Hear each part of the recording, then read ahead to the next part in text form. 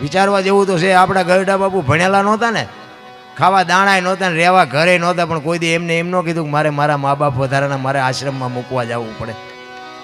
આજ બાપુ મૂક્યાનો માર્ગ નથી, પણ કોઈને મા બાપ જ નથી ગમતા. એ બાપુ આ દુનિયા કોઈ દી ક્યાંય ન અટકે.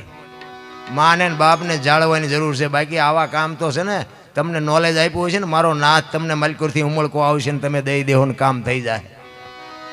પણ માના ને બાપના આશીર્વાદ છે ને બાપુ, વિધિના ચકડા ફેરવી નાખે. લખવું હોય તો લખી લેજો રા.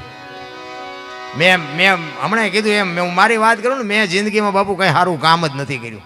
કોઈને સીતારામે નથી કર્યા ને મંદિરે નથી ગયો ને કોઈને 10 રૂપિયા આપ્યા નથી. પણ જે કોને એ મારા મા બાપની સેવા મને આજ આડી આવી છે. મારા મા બાપને કોઈ દી બાપુ મોડું કપડું મોડું ખાવા નથી દીધું.